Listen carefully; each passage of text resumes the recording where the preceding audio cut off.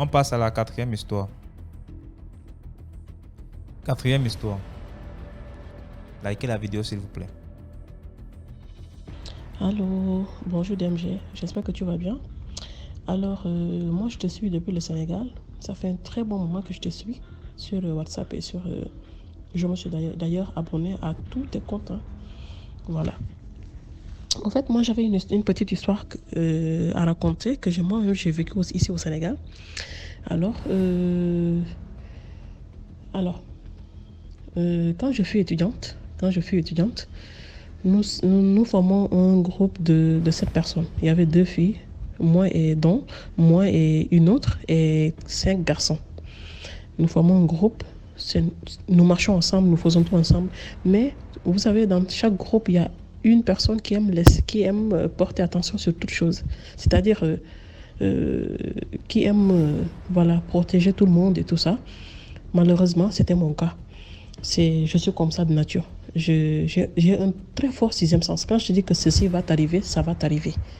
Si tu ne fais pas attention, ça va t'arriver. Voilà. Alors, donc, du coup, un jour, chaque fois quand nous descendons de l'école, nous sommes là devant l'université. Quand nous descendons de l'université, nous nous mettons là. Nous sommes juste près de l'arrêt. Nous attendons notre bus. Alors, mais ce jour-là, il y avait tellement de bouchons. Alors, nous avons attendu pendant un très bon moment le bus, mais il n'arrivait pas. Alors, les autres sont là en train de bavarder, de papoter. Mais moi, bon, je prête attention sur tout, hein. J'étais là, je regarde, je discutais avec eux, mais à moitié, quoi, vous voyez. Je participais à la discussion, mais à moitié. Donc, voilà, il y a des mendiants à côté. Mais souvent, les mendiants que nous trouvons là-bas, spécialement ce jour-là, il y avait une aveugle là-bas. Il y avait une aveugle qui y était. Elle portait même son enfant au dos, son garçon au dos. Alors, il y a une dame qui vient avec sa voiture, une très belle voiture avec son chauffeur. Elle descend et remet la femme aveugle de l'argent. Elle discute un peu avec la femme. Je dis, ça c'est une bonne chose. Bon, elle est partie. Elle revient avec un petit sac léger, un petit sac léger bleu, hein, bleu. Voilà. Et dans ce sac bleu, tu pouvais voir qu'il y a un autre sac dedans. Comme les sacs de riz là, tu sais, quelquefois, ici au Sénégal, il y en a, je ne sais pas chez vous. Voilà, les sacs de riz là, mais un petit sac quoi. Là où elle met quelque chose, et puis elle enveloppe ça très bien avec un autre sac. Maintenant, le sac qui est dehors là, c'est le sac bleu qui est transparent en fait. Alors, elle donne le sac à la dame. Elle lui dit, tiens, ça c'est moi qui te le donne. Je me dis, mais attends, quand tu donnes à quelqu'un, même s'il ne voit pas, il faut enlever ça devant tout le monde, les gens vont voir quoi. Là, elle commence à attirer mon attention là-dessus quoi. Bon là, maintenant je suis pas face à eux parce que je voulais savoir au fait ce qu'elle voulait quoi. Parce que quand tu regardes aussi la personne jusqu'à ce qu'elle sait que tu la regardes, elle peut démissionner quoi, tu vois. Alors donc du coup, je suis là, j'essaie de comprendre la situation en fait.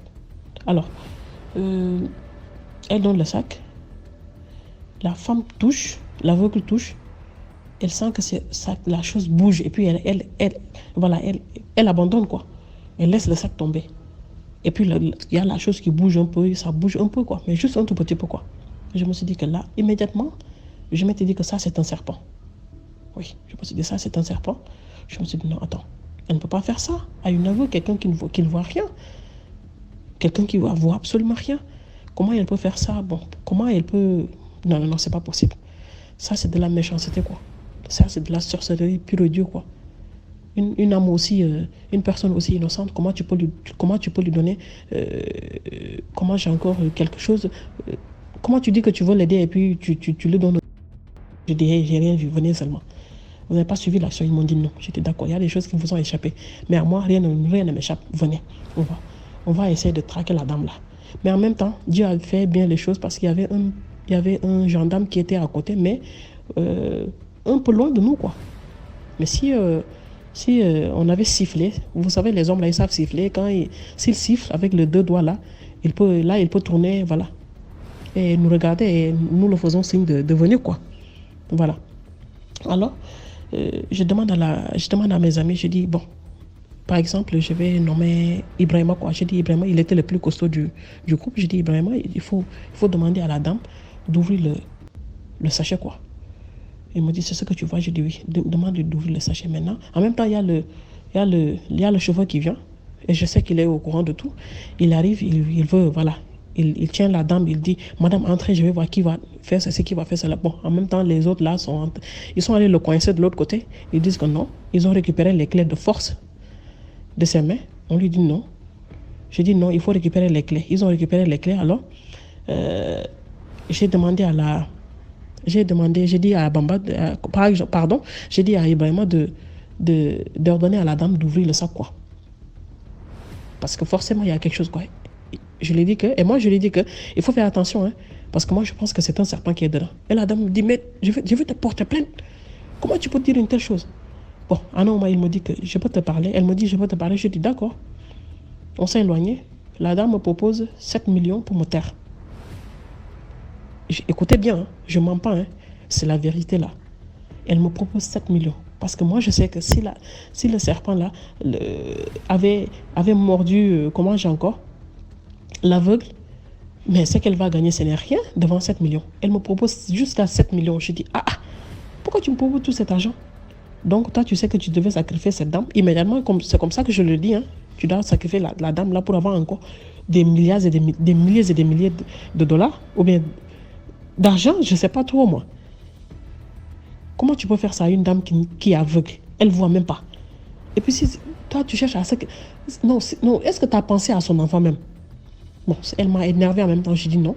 Elle appelle le gendarme qui voulait même accepter. Il me disait que bon, c'est pas grave, je vais régler la situation. Je lui ai dit non, tu règles rien. Vu que moi-même, j'ai mon frère qui est gendarme et qui travaille au palais, je lui ai dit non, attends, tu vas attendre, je vais l'appeler. Le gars, j'appelle mon frère, il me dit que là, je suis occupé. Est-ce que c'est important? Je lui ai expliqué la situation. Il me dit non. Là, je vais envoyer tout de suite quelqu'un qui va venir. Je vais appeler tout de suite le commandant, il va venir chercher.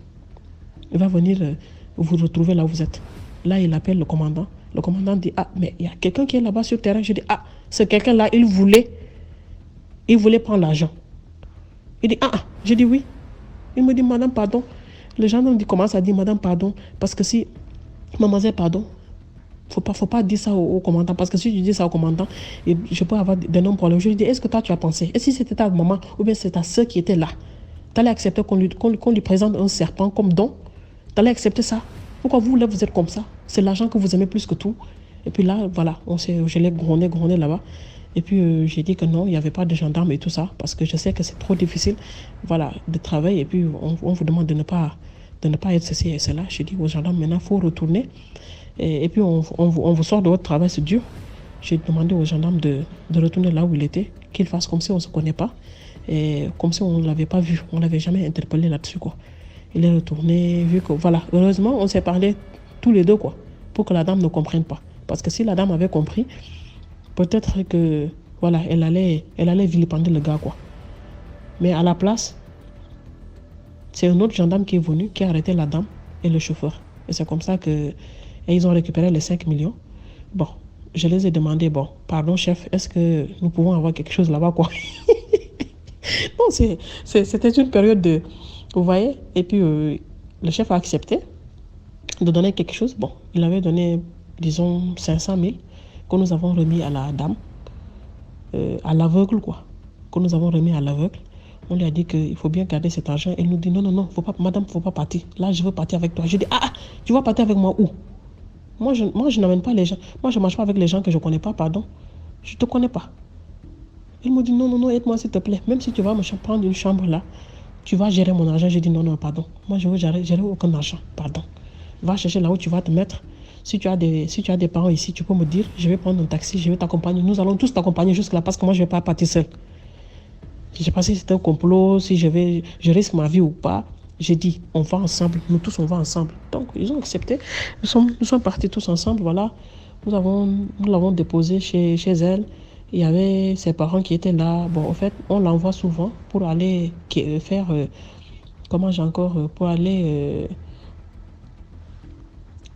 pour aller demander tout le temps de l'argent et tout ça.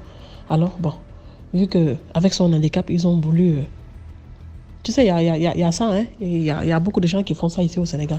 Quand ils savent qu'il y a quelqu'un qui a ce genre d'handicap, voilà, ils veulent. C'est cette personne qu'on sacrifie, qui va chercher tout le temps, qui va demander tout le temps de l'aide et tout ça, comme s'ils avaient des problèmes ou ils n'ont pas de problème. Il y a les autres qui sont à la maison, les bien portants, ils sont à la maison, il faut rien, quoi. Il faut rien, quoi. Voilà, c'était ça ma petite histoire. Et puis, qu'on fasse très attention.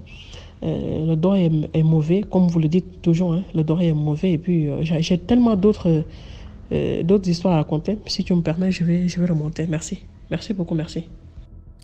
Merci beaucoup pour l'histoire. Et très bon geste là. Tu as joué le rôle un peu de l'ange gardien de cette dame-là. Cette dame aveugle. Donc merci, en tout cas je te remercie pour cette action-là. C'est Dieu qui t'a mis sur son chemin. On passe à la cinquième histoire.